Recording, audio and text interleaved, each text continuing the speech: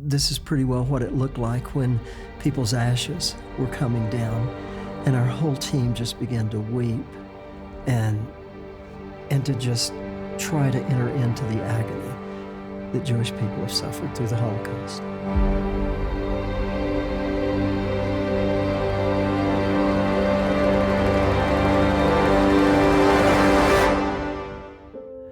Well, I grew up in a Christian home, and my father had a really strong sense of honoring Jewish people. Our family history in our coat of arms going back 300 years has a Star of David in it, which is quite intriguing for a Swiss family. I'm not sure how that got there.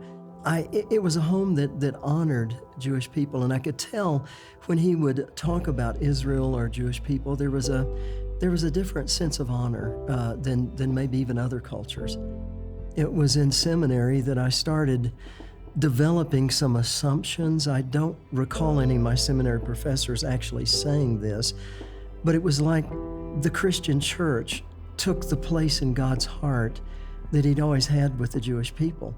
And it was just, I would read the scriptures that way, I would think that way, and it wasn't like really being derogatory, but it was just a stance that I'm really kind of sad and ashamed of that I held that.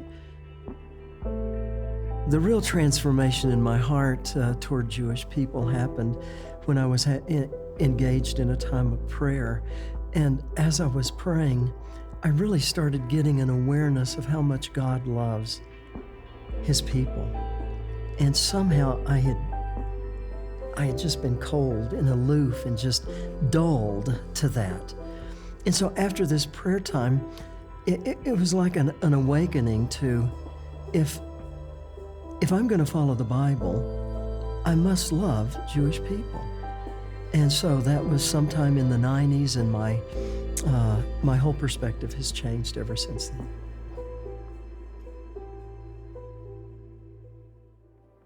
One of my trips to Israel, we stopped in to go to Dachau. The tour guide said that many or several of the German soldiers who were taking them to the gas chambers had large belt buckles that said in German, "Jesus is Lord." And when we heard that, it just ripped our heart. That's a picture of Jesus that has nothing to do with what we believe or who we are. And then it started snowing lightly, and the tour guide said, these large snowflakes, as he looked around, he said, this is pretty well what it looked like when people's ashes were coming down, and our whole team just began to weep and to just try to enter into the agony that Jewish people have suffered through the Holocaust. Something I'd really like to say to Jewish people is that we can see anti-Semitism growing, but I want you to know you're not alone.